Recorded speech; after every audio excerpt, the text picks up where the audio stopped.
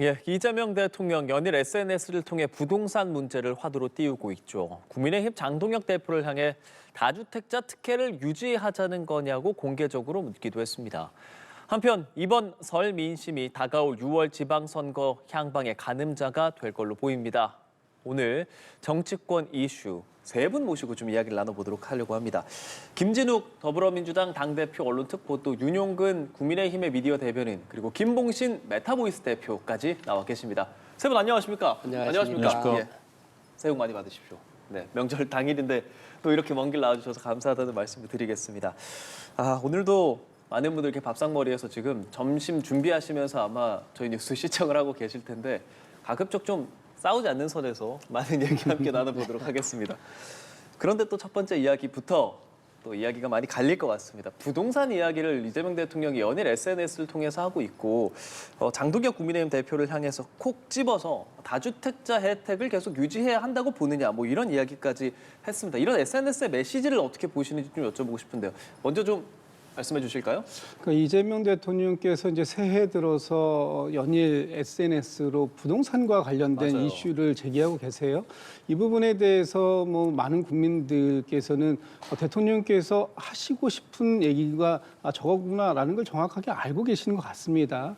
특히 부동산과 관련해서 부동산 시장을 안정화해야 된다. 여러 가지 정부가 그동안 조치를 취하고 있습니다만 그런 것들이 제대로 이루어지지 않는 가장 근본적인 원인에 대해서 소위 아무리 주택을 공급하는 것만 가지고는 주택시장의 안정이 이루어질 수 없기 때문에 다주택자들이 가지고 있는 매물들이 시장으로 제대로 빠르게 적기에 나올 수 있었으면 좋겠다. 이런 이제 말씀을 주고 계시는 것이고요. 지금 국민의힘의 장동혁 대표에 대해서도 공개적으로 이번에 물어본 건 뭐냐면 국민의힘에서 나오는 메시지를 보면 지금 이재명 대통령 개인을 지금 공격하는 데에 많이 집중되어 있습니다. 그런데 실제 정작 국민들께서 듣고 싶어 하는 건 그래서 지금 이재명 정부가 추진하고 있는 이 부동산 안정화 대책에 대해서 국민의힘이 반대하는 것이 다주택자들에 대한 그 어떤 이 혜택 이런 부분들을 얼마나 더 유지시켜 주고자 하는 것이냐라는 부분에 대해서 그러면 국민의힘의 입장을 말씀해달라라고 지금 얘기를 했는데 그 점에 대해서 오늘 장동혁 대표는 또 SNS에 답변을 다른 답변을 하시고 그 부분에 대해서는 답변을 안 하신 것 같습니다. 지금 다주택자들의 매물이 시장의 가격을 왜곡시키는 그런 역할들을 하고 있다라는 점, 이 점에 대해서 이재명 대통령께서 계속 지적을 하시는데 이 부분에 대해서 많은 국민들께서 공감을 해주시고 계시는 것 같습니다. 예, 이렇게 연일 SNS 관련된 글을 SNS에 지금 부동산 관련해서 올리는 것, 그리고 장동혁 대표를 콕 집어서 또 얘기까지 했습니다. 윤용근 대변인님 이야기 바로 들어볼까요? 대통령께서 야당 대표를 콕 찍어서 다주택자 특혜를 옹호하는 거냐라는 취지로 말씀을 주셨는데요. 적절치 않아 보입니다. 왜 그러냐면 부동산 정책을 말씀하셔야지 개인에 대한 인신공격성으로 가는 것들이 좀 아쉬워 보이고요. 두 번째는 부동산 다주택자가 어떤 특혜를 갖고 있는지를 잘 모르겠습니다. 사실은 중과세, 양도할 때 중과세를 부여하는 거, 그 부분을 지금 유예를 해주고 있는데 그게 특혜라는 건지 그건 특혜가 아니라 부동산 정책을 위해서 오히려 다주택자들이 매물을 좀 많이 내놓을 수 있도록. 왜냐하면 양도세가 중과세가 부과가 되면 내가 아무리 매물을 내놓고 싶어도 내놓을 수가 없거든요. 그래서 그 부분에 대한 유예를 하고 있는데 그것을 대통령이 특혜라고 이야기하시는 건지가 좀 의아스럽고요. 사실은 부동산 문제는 이 본질의 문제는 공급의 문제이지 어떤 개인이 누가 몇 채를 갖고 있느냐 그 문제로 풀어질 문제가 아닙니다. 대한민국은 자본주의 사회고 또 사유재산 제도가 인정이 되고 있기 때문에 그 근본을 흔드는 그런 정책의 발상으로는 절대 부동산 문제를 해결할 수가 없습니다. 예, 두 분의 입장을 살짝 들어봤습니다. 김 대표님께서는 전반적으로 어떤 시각에서 좀 보고 계시는지 여쭤보고 싶은데요. 예. 여론에서 나타나는 이번 그 부동산과 관련된 대통령의 메시지. 예전하고는 다르게 일단 수용도가 좀 높아져 있다라는 것을 이제 말씀드리고 싶고요. 수용도가요? 예. 그러니까 이제 대통령이 다주택자에 대한 이제 양도세 중과 유예를 중지하겠다라는 메시지에 대해서는 가장 높습니다. 지금 여러 가지 조사를 해봤을 때 부동산 대책 129 대책에 대해서도 지난해 11호 대책 그거보다도 수용도가 좋습니다. 이제 효과가 있을 것이다라는 응답이 좀 더 많이 나오고는 있는데 이 부동산 대책, 정책을 떠난 대통령의 메시지에 대해서는 한 60 정도 나오고 있거든요. 조사에 따라서 좀 다르는데 60은 좀 넘는 경우도 있고요. 그래서 제가 지금 봤을 때는 이 다주택자와 관련된 부분은 두 가지 이제 비자발성 다주택자냐 아니면은 투기성 다주택자냐 이런 것들이 논란이 있게 되면 사실상 대통령 메시지가 오히려 더 강화될 가능성이 있고요. 지금 같은 경우에는 이제 장동혁 대표가 이제 6채라는 부분에서 그 프레임에 갇힐 우려가 있다. 그러면 예. 방금 대표님 말씀 주신 것처럼 좀 정책적으로 논의를 건전하게 이끌어가는 것도 좀 필요하겠다 이렇게 보고 있습니다. 알겠습니다. 저희 뭐 여론조사 관련해서는 잠시 뒤에 또 정확하게 이야기를 해보도록 하겠고, 자 이렇게 계속되고 있는 부동산 설전, 여야 대변인들은 어떤 입장들을 내놓고 있는지 좀 입장 듣고 와서 이야기 나눠볼까요? 함께 보시죠. 퇴임 후 정말 분당 아파트로 돌아가실 생각인지 국민 앞에 명확히 답해 주시기 바랍니다. 본인만 착한 비거주자이십니까? 투기꾼 좋아하는 말만 쏙쏙 골라 계신데 결국은 부동산 불로소득 지키는데 당의 운명을 건 거 아니냐. 네, 여야 입장을 좀 듣고 왔습니다. 두 분께서 해주신 말들도 이런 부분에서 또 일맥상통하는 것이라고도 보이는데, 일단 김현정 민주당 원내대변인 같은 경우는 투기꾼 좋아하는 말만 쏙쏙 골라하고 계신다. 결국은 부동산 불로소득 지키는데 당의 운명을 건 것 아니냐 이렇게 이야기합니다. 뭐라고 반박하시겠어요?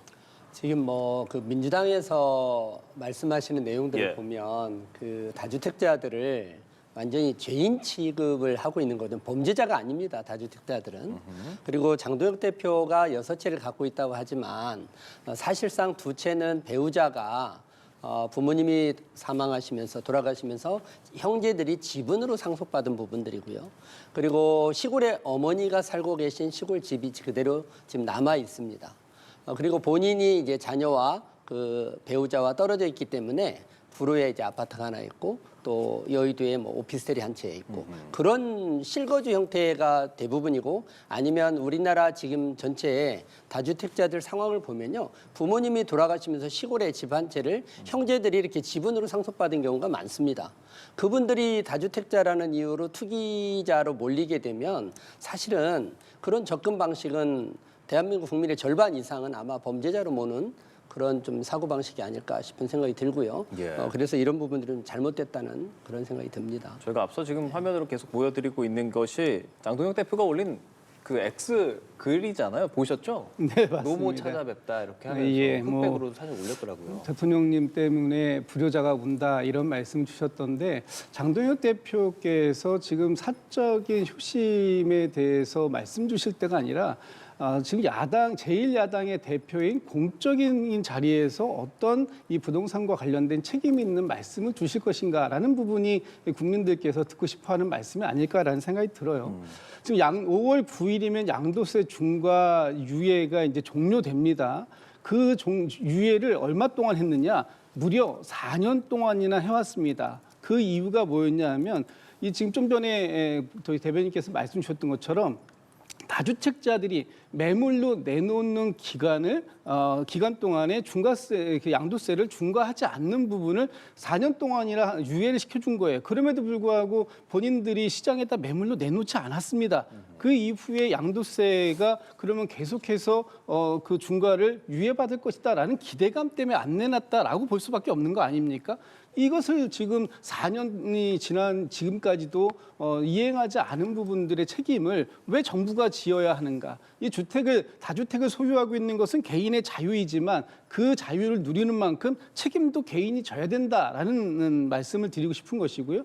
지금 장동혁 대표의 어떤 이 주택 6채와 관련된 부분, 뭐 다 나름의 이유가 있겠죠. 이유 없는 무덤이 어디 있겠습니까? 그러나 그 이유가 결국은 사적인 개인적인 측면에서야 이유가 충분히 합당하다고 볼 수 있지만 예. 국가적인 측면에서 그리고 이 부동산 시장의 안정이라는 측면에서 봤을 때 과연 납득할 만한 정도의 이유일까? 이 부분에 대해서는 그 장동혁 대표께서도 무슨 이 불효자라는 컨셉으로 이렇게 말씀 주실 게 아니라 지금 저희도 저 개인적으로는 예. 지방에 어차피 지금 우리가 소득도 늘어나고 지방의 인구도 소멸되는 상황이기 때문에 주말이나 이런 부분들을 이용해서 얼마든지 지방에다가 주택을 한 채 정도 더 구입할 수 있다고 봅니다. 네. 그러나 그것이 아무리 유용하다 하더라도 6채의 주택을 가지고 있다? 이건 좀 너무나 일반 국민들의 상식하고는 동떨어져 있는 거 아니냐? 이런 부분들 때문에 국민의힘이 오히려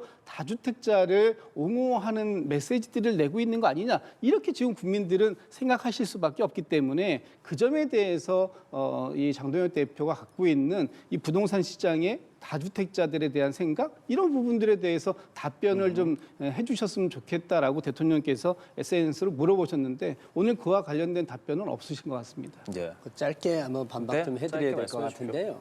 지금 장동혁 대표의 부르주아는 옵니다라는 그 메시지는 뭐냐면 지금 오늘 설 명절 아닙니까? 예, 설 당일이죠. 설 당일인데 오늘 시골에 내려가서 부모님께 인사드리는 많은 분들이 계실 겁니다. 근데 시골에 계신 부모님 집을 사실은 앞으로 이제 세금 걱정 때문에 팔아야 됩니다라고 얘기하는 그 사회. 이게 사실 그 진짜 불효가 추구되는 사회인데요. 그럼 대통령님의 그 부동산 정책 때문에 부모님 세대와 자식 세대가 지금 갈라치기 하는 저는 이런 부분들이 굉장히 문제가 많다고 보여지고요. 그런 면에서 장동혁 대표가 시골에 집 한 채 있고 부모님이 살고 계신데 그 집을 다주택이라는 이유만으로 팔아라 강요하는 거. 이게 정말 불효 사회가 아닌가 그런 말씀을 하신 거라고 봅니다. 자, 그럼 민주당은 부동산 감독원 설치 입법을 예고하고 있습니다. 뭐 어떻게 풀어나가겠다는 생각이신지 여쭤보고 싶은데요.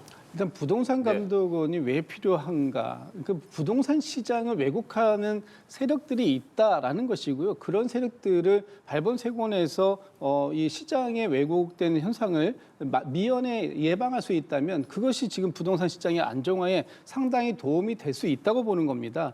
지금 부동산 감독원을 만든다 그러니까 뭐 계좌를 무조건 다 전 국민의 계좌를 들여다본다 이런 식으로 또 프레임을 씌우시던데 실질적으로 투기의 그 징후가 보이는 사람들에 한해서 이 계좌를 들여다볼 수 있는 것이고요. 이것도 지금 그 금감원이나 다른 데에서도 얼마든지 하고 있는 방식을 그대로 준용해서 하고 있는데 마치 이것이 전 국민들의 부동산과 관련된 부분을 그 정부가 빅브라더처럼 감시하겠다라는 거냐, 모든 걸 다 들여다보겠다는 거냐 이런 식으로 지금 그 국민의힘에서 프레임을 씌우는데 온당하지 않은 저희 주장이다 말씀드리고 이 부동산 감독원뿐만 아니라 부동산 시장에 대해서 시장을 안정화시킬 수 있는 다양한 방법이 있습니다. 제일 첫 번째는 공급을 열심히 정부는 하겠다라는 것이고요. 두 번째는 불필요한 실수요와 관계없는 투기성 가수요들은 억제시키겠다라는 거고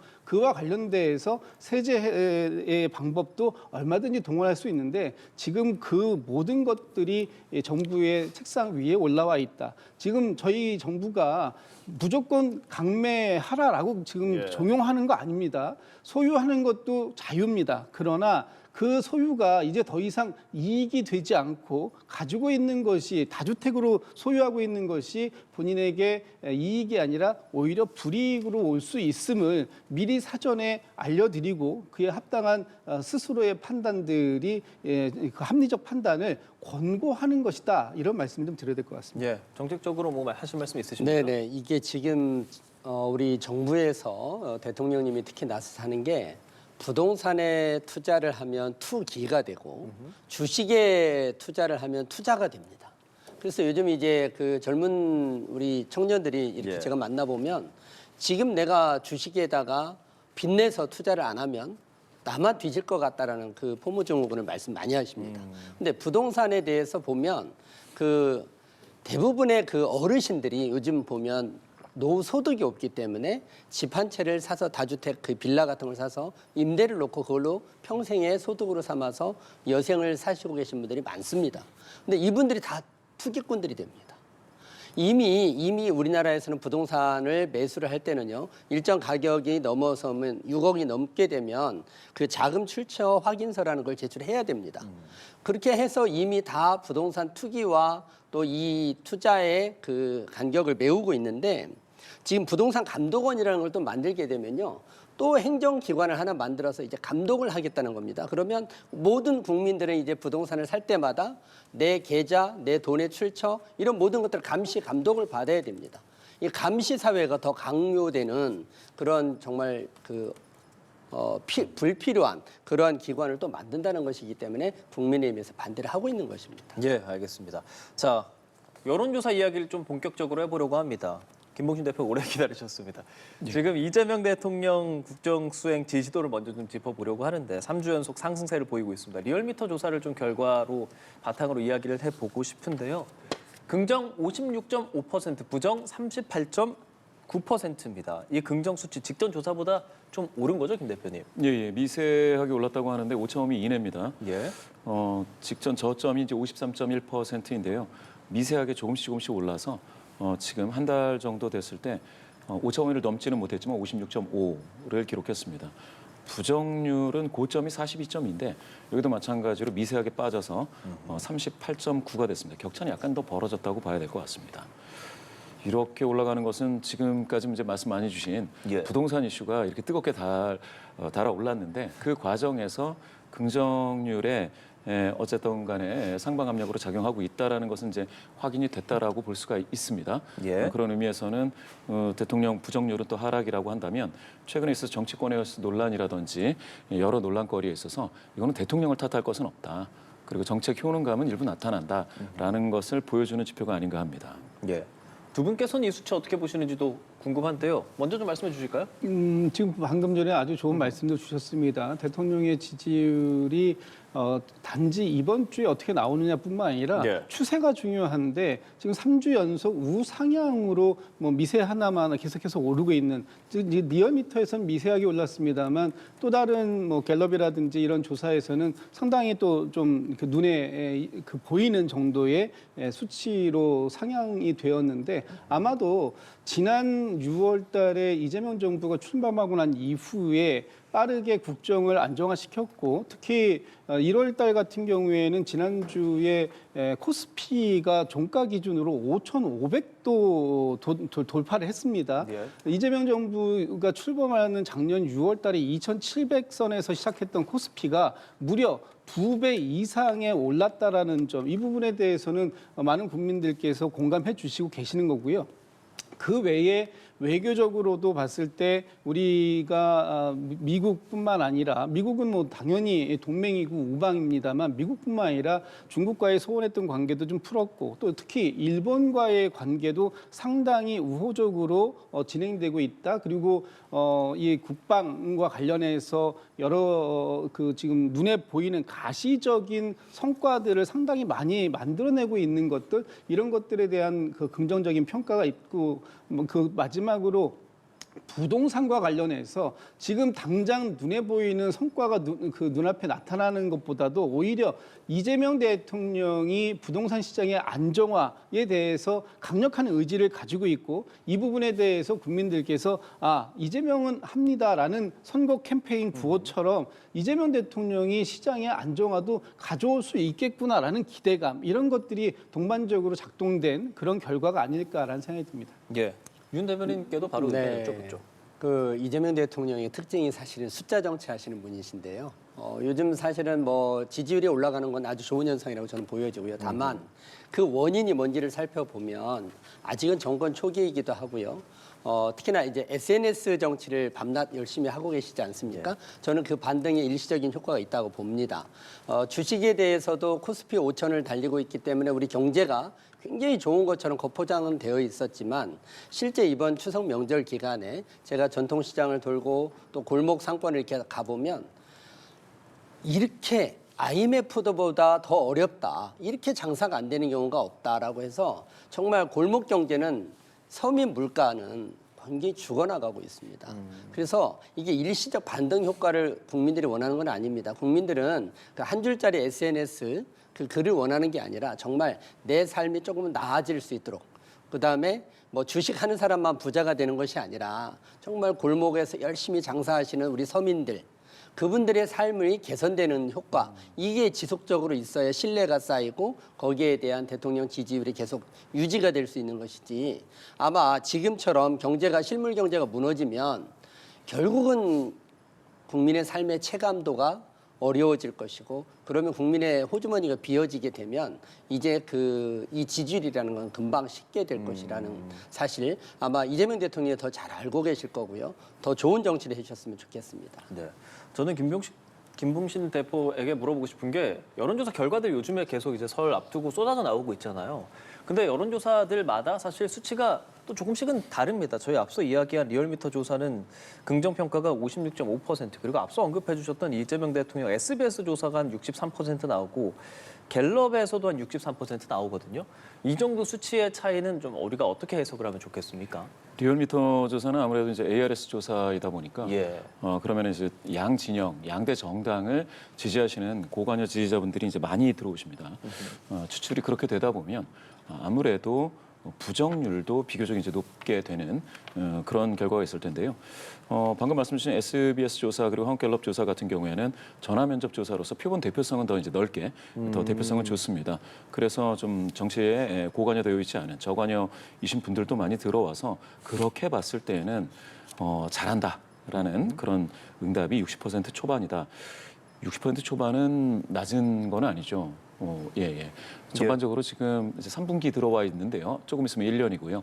이 정도에서 굉장히 견조한 흐름으로서 60% 초중반을 계속해서 유지하고 있는 정도면 상당히 대통령 긍정률은 좋다라고 봐야 될 것 같습니다. 같은 예. 조사에서 여당 지지도는 한 40% 초중반인데요. 예. 그렇게 따지면 20%포인트 대통령만의 국정 동력이 지금 확인되고 있기 때문에 이거는 앞으로 뭐 큰 선거에서도 마찬가지로 대통령 마케팅, 즉 그 후광 효과가 강하게 나타날 거다라고 볼 수 있겠고요. 예. 그리고 이처럼 그 전화면접 조사에서 높은 고공행진하고 있는 대통령 긍정률을 봤을 때 이게 좀 과거하고는 약간 다릅니다.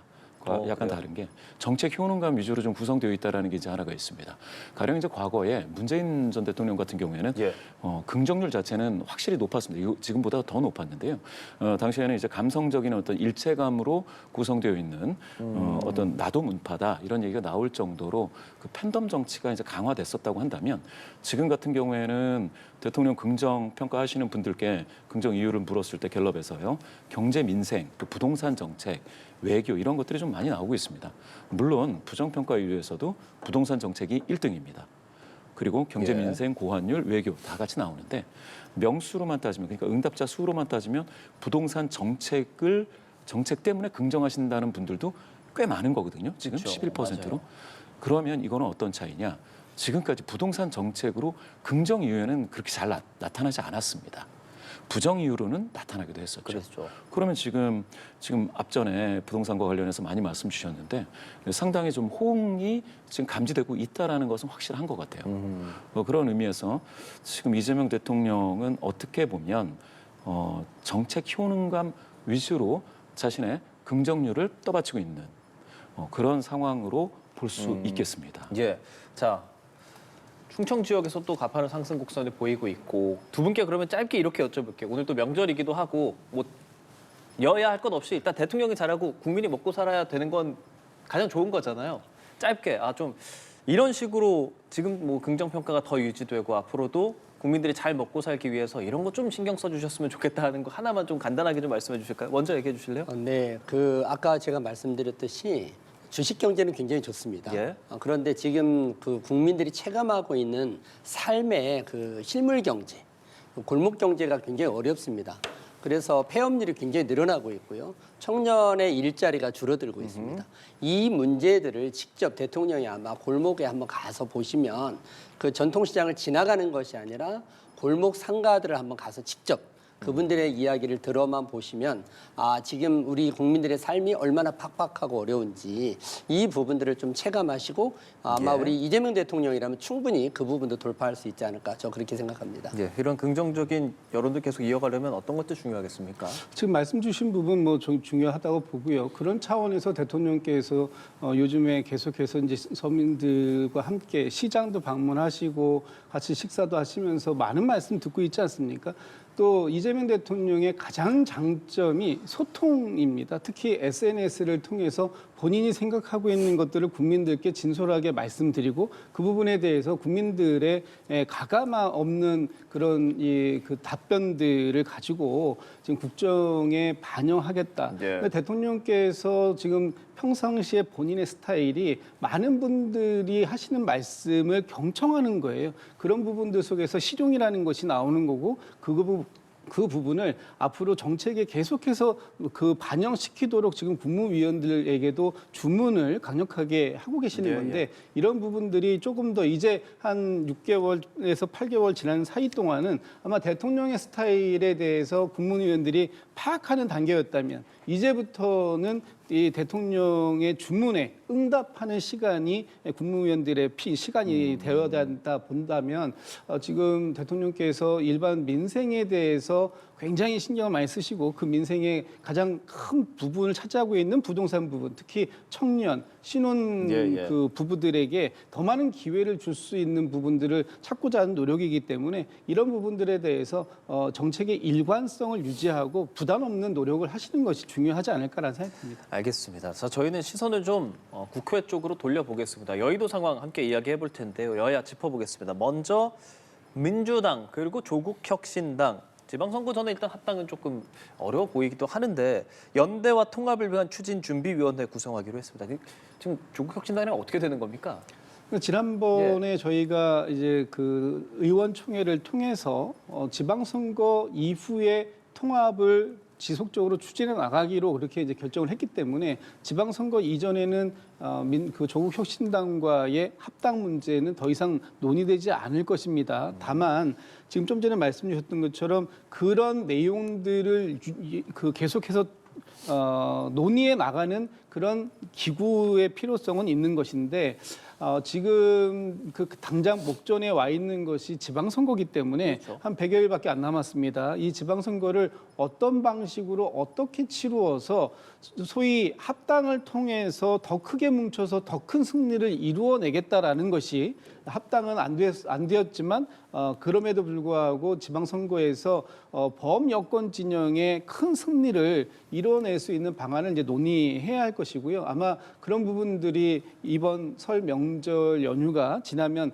바로 양 당이 논의에 착수가 되지 않을까라는 생각이 듭니다. 민주당 이야기 여쭤보는 김에 바로 또 여쭤볼게요. 그러면 소나무당 뭐 이런 얘기들도 조금씩 언론에 나옵니다. 아무래도 2심에서 송영길 소나무당 대표가 뭐 무죄가 나왔기 때문에 이런 복당 이야기가 조금씩 나오는 것 같은데 뭐 당내에서 논의되는 게 있는 겁니까? 어떻습니까? 당내에서는 지금 예. 뭐 당의 수석 대변인 또는 대변인들을 통해서 환영의 입장 메시지가 지금 나온 상황이고요. 지금 송영길 전 대표께서는 지금 이제 소나무당의 당대당 통합이 아니라 소나무당을 해체하고 개인의 자격으로 입당하겠다 이렇게 이제 말씀을 주셨습니다. 본인이 당을 탈당할 때도 당에서 제명이나 또는 탈당을 요구받은 것이 아니라 본인의 무죄를 증명해내고 그를 통해서 다시 당에 돌아오겠다라고 했던 본인 스스로가 했던 약속을 지키는 차원이다 이렇게 지금 얘기를 하고 계시는데 저는 뭐 이 부분에 대해서 항소심까지 전부 무죄 판결을 받았기 때문에 당에 돌아오시는 데는 큰 어려움은 없을 것이다. 다만 지금 이제 송영길 전 대표께서 앞으로 정치적인 행보를 어떻게 가져가실 건가 하는 부분은 당 지도부와 조금 더 많은 논의가 필요한 부분이 아닐까라는 생각도 듭니다. 상대당 입장에서 바라본 민주당 상황 어떻습니까? 뭐 민주당과 우선 조국혁신당의 그 합당 논의 자체는 원래 명분도 없고 원칙도 없었고요. 다만 이제 차기 당권, 차기 대권 주자를 놓고 누구에게 이익이 되느냐에 대한 어떤 합당 시도였는데 그게 이제 실패로 돌아간 것 같고요. 그다음에 이제 송영길 전 대표 같은 경우에는 예. 이 형사 2심에서 무죄 판결을 받았지 않습니까? 근데 이제 형사사법이라는 건 뭐냐면 두 가지가 목적입니다. 첫째는 실체적 진실이 뭐냐라는 것을 확인하는 절차고요. 두 번째가 이제 그러나 실체적 진실과 상관없이 또 절차의 증거의 적법성입니다. 근데 지금 송영길 대표 같은 경우에는 실체적 진실이 뭐냐면 그 당시 실제 돈 봉투를 가지고 거래가 있었고 그래서 돈 봉투를 가지고 이제 돈 봉투를 줘서 대표에 당선됐다는 것이 실체적 사실입니다. 문제는 뭐냐면 이에 대한 증거를 확보하는 데 있어서 적법 절차 원칙을 거쳤느냐. 사실은 검사가 이 부분을 실수한 부분인데요. 원래 증거가 발견이 되면 별도로 별건으로 압수수색을 따로 해야 됩니다. 근데 이 건에서만 그걸 놓쳤어요. 그 이후로는 뭐 다른 건에서 증거가 발견되면 반드시 별도 압수수색을 합니다. 그렇기 때문에 실체적 진실은 뭐냐면 국민들은 법적으로는 무죄를 받았을지 모르겠지만 예. 정치적으로는 실제로 돈봉투 사건이 있었고 그러한 사람을 다시 민주당에서 복당시켜서 다시 이번에 보궐선거에 내보낸다? 그러면 국민들이 평가해 드릴 겁니다. 그럼 평가가 어떤지 뭐 지금까지의 평가들 한번 짚어볼까요? 여론조사 결과 함께 이야기 나눠보려고 합니다. 김봉준 대표 지금 정당 지지율 앞서 잠깐 언급을 해주셨잖아요. 조금 더 자세히 알려주시면 좋을 것 같습니다. 저희 함께 화면 보면서 이야기 나눠보죠. 예, 예. 말씀해 주시죠. 리얼미터 조사에서는 더불어민주당 44.8. 그런데 이제 직전 조사 대비해서는 2.8% 포인트가 하락한 결과입니다. 민주당이요. 예, 예. 그런데 이제 국민의힘은 1.2% 포인트 올랐다고는 하는데 36.1에 멈췄습니다. 예. 두 당의 격차가 오차 범위 밖에서 이제 벌어져 있는 상황이 유지가 됐습니다. 그래서 두 당의 격차는 오차 범위 바뀌고 두 당이 움직인 건 둘 다 오차 범위 이내에서 횡보라고 봐야 될 것 같습니다. 다만 전화 면접 조사인 한국갤럽 조사에서는 앞서 설명드린 그 한국갤럽 조사에서는 네. 이게 격차가 조금 더 벌어져 있는 양상을 보이고 있는데요. 예. 한국갤럽 조사에서 더불어민주당은 44 그리고 국민의힘이 22로서 차이가 이 거의 두 경우에는 배네요. 꽤 차이가 납니다. 그래서 ARS 조사인 리얼미터 조사에서는 아무래도 고관여 되어 있는 양당 지지하시는 분들이 많이 모여서 격차가 비교적 적게 되어 있는데 그렇지만 대표성이 큰 한국갤럽이라든지 전화면접에서는 좀 벌어져 있습니다. 여기서 리얼미터 조사에서 그럼 44.8 대 36.1을 볼 때 보통 이런 ARS 조사에서 야당인 36.1 조사 이 결과는 큰 선거가 있을 때 최대 결집을 했을 때 이 정도가 나타난다라고 생각을 하시면 되거든요. 그런데 이제 때에 따라서는 리얼미터 조사에서 두 당이 오차범위 이내로 들어가는 경우도 있지만 밖으로 벌어지는 경우가 지금 좀 더 많습니다. 그렇게 봤을 때는 지금 1.2%포인트 국민의힘이 좋아졌다는 데 집중하기보다 장동혁 대표 지도부가 왜 더 높은 지도를 얻지 못하는지 그 이유를 좀 파악해야 되는 상황이고요. 제가 봤을 때는 이 보수 성향이신 분들이 좀 매우 보수와 중도 보수가 의견 분포가 많이 달라졌습니다, 이제는. 그래서 중도 보수인 분들이 지금 현재 국민의힘 내에 장동혁 지도부에 의한 어떤 당내 정지 작업이라든지 어떤 제명이라든지 이런 징계 여기에 대해서 의견이 반반으로 분열되어 있는 것 같습니다. 그래서 매우 보수인 목소리에는 부응이 되지만 그렇지만 중도 보수가 훨씬 더 이제 규모가 큰데요.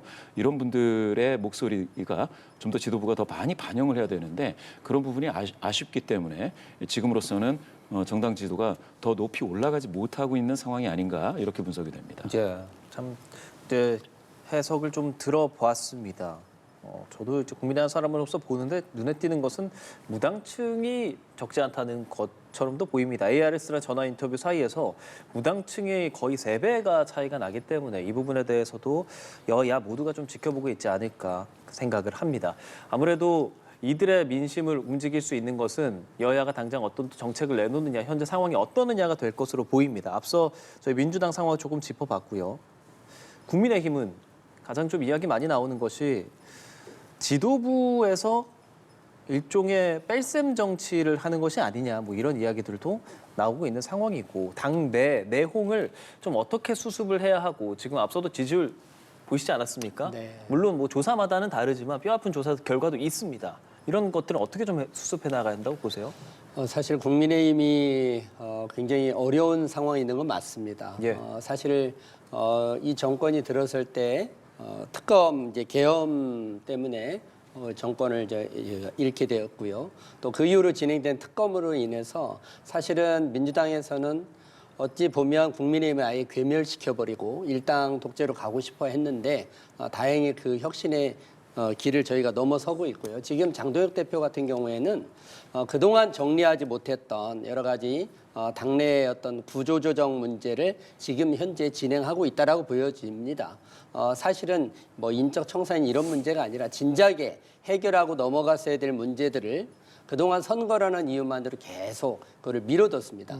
근데 이제는 새로운 변화를 위해서 이기는 변화를 위해서 혁신을 위해서는 그 인적 부분도 정리가 돼야 될 부분 정리가 돼야 되고 이제 국민의힘이 더 단단해지고 더 굳은 정책으로 국민들의 사랑을 다시 받기 위해서는 어쩔 수 없이 지금의 혁신의 과정이 있고 그 과정 속에서 여러 가지 어려움이 있습니다. 놀라운 거는 뭐냐면 마치 국민의힘의 내용이나 어떤 제명 문제나 이런 것 때문에 국민의힘의 지지율이 굉장히 빠질 걸로 그동안 언론에서는 그렇게 예측을 했습니다. 예. 그러나 지금 뭐 데이터를 봐서 아시겠지만 오히려 1.2%가 상승한 데이터도 있고요. 예. 빠진 것도 뭐 1점 몇 프로밖에 빠진 게 3% 없기 포인트 때문에 받았습니다. 3% 포인트 네네. 갤럽에서. 그 정도이기 때문에 어떤 국민의힘의 지금 혁신의 과정에서 이기는 변화의 과정에서 어쩔 수 없이 겪는 이 내용 문제에 대해서 국민이 이 정도로 평가를 한다는 얘기는 무당층에 계신 분들이 얼마든지 다시 한번 신뢰를 가지고 돌아올 수 있다. 저는 그렇게 생각합니다. 예.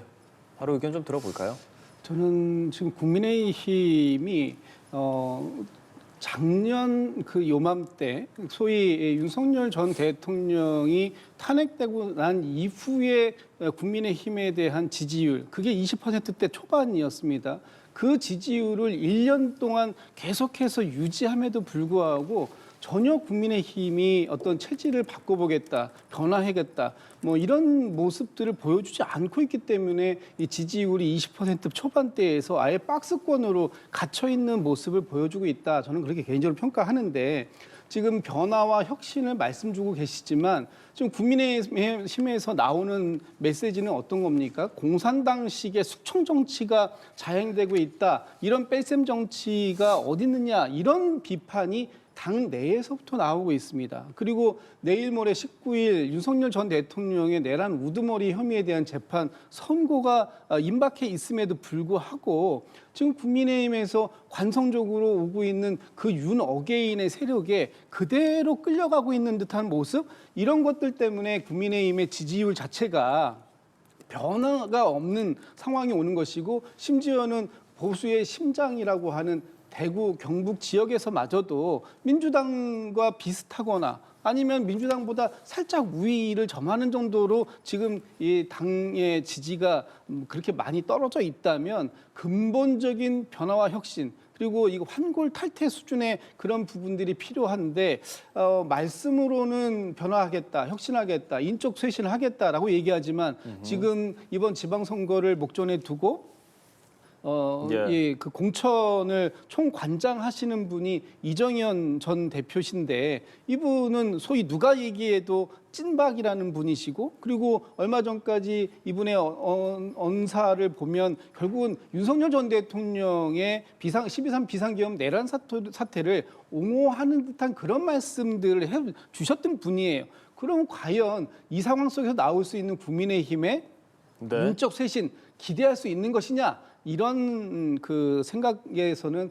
좀 매우 회의적일 수밖에 없지 않을까라고 평가할 수밖에 없을 것 같습니다. 선거와 연결지어 생각을 해보자면 아무래도 가장 크다고 볼 수 있는 것 중 하나가 서울시 아니겠습니까? 네. 오세훈 서울시장 같은 경우는 절윤 최근에 계속 얘기하고 있더라고요. 그런데 경선이 원칙이다라고 장동혁 대표가 얘기하고 있기 때문에 이런 뭐 당 내에서의 분위기와 이번 선거 좀 어떻게 엮어서 좀 생각하고 계시는지요? 네네. 그 우선 우리 민주당 대변인님 말씀에 잠깐만 제가 반박을 좀 하나 해야 될 게 공산당식 숙청을 말씀하셨는데요. 전에 이재명 대표가 이제 민주당 대표일 때 비명 행사했던 분들이 들으시면 이거 우리말이야라고 그렇게 공감해 주실 것 같고요. 지금 사실 국민의힘에서는 이 경선에 대해서만큼은 공정한 그 지방선거 이번 대비해서 우선은 공정한 경선을 원칙으로 삼고 있습니다.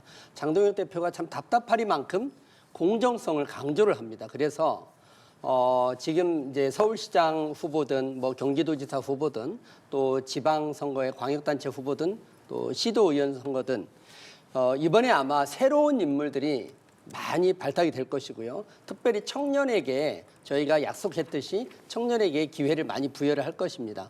아마 비례대표도 청년들에게는 1번과 2번이 부여될 가능성이 굉장히 높고요. 그래서 새로운 인물과 새로운 세대 그리고 새로운 출발을 알리는 국민의힘의 변화를 느끼게 해드릴 겁니다. 다만 이제 서울시장 후보와 관련돼서 윤석열 그 대통령과의 절연 문제를 계속 언급을 하는데요.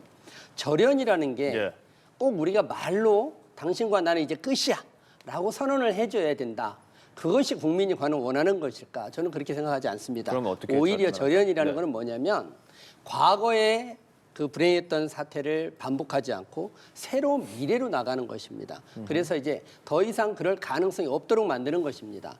그거를 위해서 지금 장동혁 대표가 약속을 하고 진행돼 가고 있는데 그래서 계엄과 관련돼 가지고 충분히 사과를 했고 오히려 계엄을 가서 막은 사람은 장동혁 대표입니다. 그날 그 국회 본회의장에 들어가서 18명 중에 한동훈 전 대표는 사실은 투표권이 없는 사람이에요. 투표권이 없어요. 그렇기 때문에 장동혁 대표가 들어가서 막았던 사람이고요. 계엄이 잘못됐다 인정합니다. 그거 여러 번 사과를 했습니다.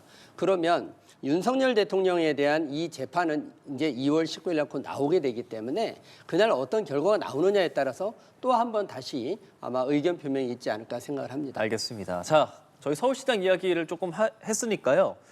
서울시장 워낙 좀 관심이 많습니다. 가상 여론조사 결과도 있습니다. 가상 지지율 함께 보이면서 좀 이야기 나눠볼까요? SBS에서 조사한 결과고요. 자, 만약 이 두 사람이 대결한다면 누구에게 투표를 할 것이냐라는 것이 질문이었죠. 정원호 서울 성동구청장 민주당 소속이고요. 국민의힘의 오세훈 서울시장이 만약 대결한다면 자 38%대 36%. 이 정도면 오차범위 안에 있다고 봐야 되는 거죠, 김 대표? 예. 오차범위 안에서 굉장히 팽팽한데요. 그런데 이 같은 조사에서 정당 지지도가 민주당이 41, 국민의힘이 29로 나왔습니다. 그런데 보시게 되면 그 격차보다는 많이 줄어 있죠. 그럼 오 시장 같은 경우에는 소속 정당 지지도보다는 자기가 더 양자 가상 대결에선 더 지지도를 얻는다라고 할 수 있는데 거꾸로 얘기하면 자기가 소속된 정당이 이 지금 도움이 되는 것이 아니고 사실상 발목을 잡고 있다라는 생각을 해서 좀 조바심이 날 것 같은 생각이 듭니다. 더군다나 그 효과 때문인지 중도에서 보면은요. 지금 여기서 보면 2%포인트 격차로 붙어 있는데 중도에서는 정원호 구청장이 38, 오 시장이 31입니다. 8%포인트 격차로 격차는 좀 더 벌어져서 중도 확장력이 지금 오 시장이 좀 약합니다. 더군다나 이 조사에서 보수가 220명 잡혔는데요. 진보는 183명 잡혔습니다. 그러면 거의 한 3, 40명 더 보수가 잡혔는데 이렇게 보수가 많은 거는 정상입니다. 그런데 이렇게 보수가 더 잡히는 그런 상황에서도 지금 보시게 될 것 같으면은 오 시장이 이기고 있지 못하다라는 이 상황은 지금 오 시장 입장에서는 좀 좋지가 않고요.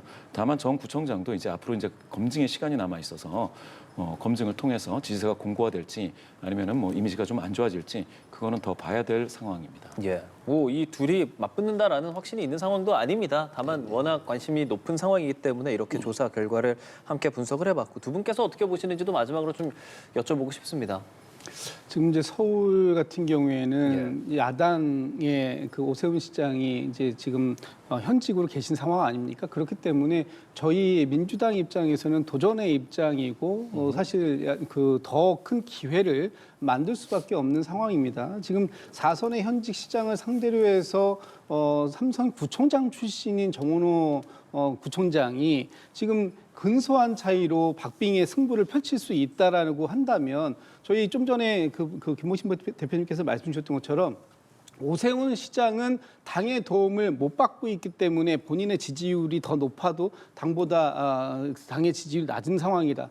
지금 정원호 구청장 같은 경우에는 본인의 지지율이 당의 지지율을 아직 못 따라가고 있어요. 그 얘기는 당의 후보가 된다면 그 당의 당력의 지지율을 본인이 흡수할 가능성, 그래서 확장성의 가능성도 여전히 남아있는 상황이다라는 부분들 때문에라도 아마 평가를 더 받을 수 있는 부분이 남아있다. 물론 저희 민주당에 지금 정원호 그 성동구청장을 제외하고도 지금 5분의 현직 의원들이 또 도전을 하고 계시는 상황이라 더 좋은, 더 경쟁력 있는 후보들이 만들어질 수 있는 시간이 있다. 그런 차원에서 봤을 때 이번에 서울시장에 대한 민주당의 이 가능성은 전에 비해서 훨씬 더 높아졌을 것이다라는 생각이고요. 그 가운데에서 중도층의 민심을 저희가 잡기 위한 많은 다양한 노력도 함께 펼칠 것이다. 이런 말씀드립니다.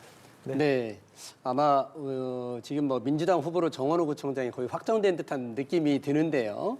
다만 정원호 구청장은 매우 훌륭하신 분입니다. 구청장으로서는 이미 검증이 다 됐고요. 그러나 서울시장으로서의 검증은 전혀 이루어지지 않았습니다. 그럼 지금 나오는 지지율은 뭐냐면 대통령이 후광입니다. 대통령이 콕 찍어서 정원호 구청장을 띄워줬지 않습니까? 그렇기 때문에 지금 그 후광의 덧입어서 지금 나오는 지지율이라고 보여지고요. 오세훈 시장 같은 경우에는 굉장히 성과가 많습니다. 오세훈 시장이 정당 지지율보다 높게 나오는 것은 그의 서울시장을 하면서 이루어놓은 성과들입니다. 서울을 다시 디자인을 했고요. 그다음에 재개발 재건축을 정말 강도 높게 진행을 하고 있습니다. 아마 우리 이재명 대통령이 다시 한번 오세훈 서울시장하고 손을 맞잡고 이 주거 문제 해결을 나선다면 저는 해결 가능성이 있다고 봅니다. 그래서 지금 한 사람은 성과로 지지를 받고 있는 것이고요. 한 사람은 대통령의 후광을 입고 있는 것이다. 그렇게 평가를 합니다. 예. 자, 오늘 설 당일입니다. 세 분과 정치권 이야기 참 많이 나눠봤는데 오늘 저희가 한 얘기를 바탕으로 다투지 마시고 서로 덕담 많이 하면서 서로 이해하는 그런 시간이 되었으면 좋겠습니다. 김진욱 더불어민주당 당대표 언론특보, 윤용근 국민의힘 미디어 대변인 두 분과 이야기 나눴고요. 김봉신 메타보이스 대표 역시도 여론조사 관련돼서 설명을 좀 해주셨습니다. 세 분 오늘 말씀 고맙습니다. 네, 새해 복 많이 받으십시오. 고맙습니다.